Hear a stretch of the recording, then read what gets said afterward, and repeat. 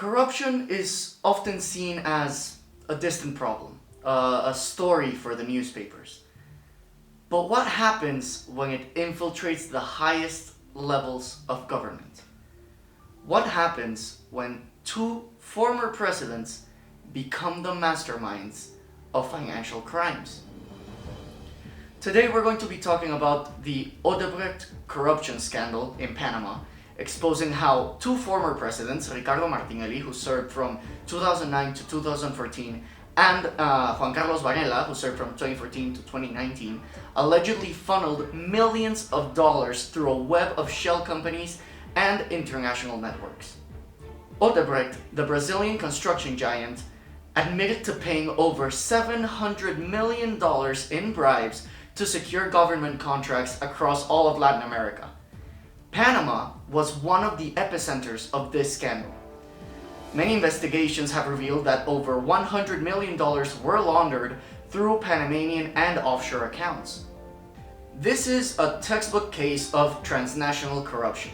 Shell companies, fake contracts, and political campaigns were all used to clean illicit money. Both Martinelli and Varela were key beneficiaries, receiving millions in bribes in order to facilitate Odebrecht's lucrative government contracts. But what was Odebrecht after? It was not just any company. It's one of the largest construction and engineering firms in all of Latin America. With billions of dollars in revenue, their goal was to secure major infrastructure contracts across the entire continent. And these contracts were often at inflated prices by bribing key officials.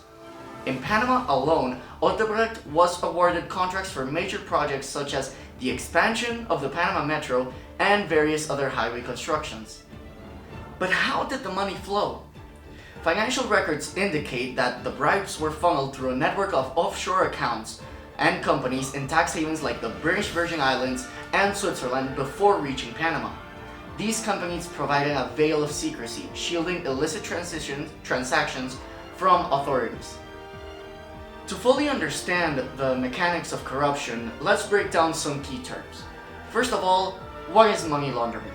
Money laundering is the process of disguising illegally obtained money in order to make it appear legitimate, usually by passing it through a company.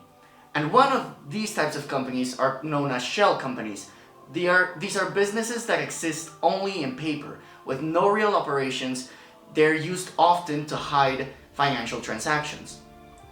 And most importantly, bribery. Bribery is offering money or favors to public officials in exchange to special treatment or contracts, such as what Odebrecht was doing throughout all of Latin America.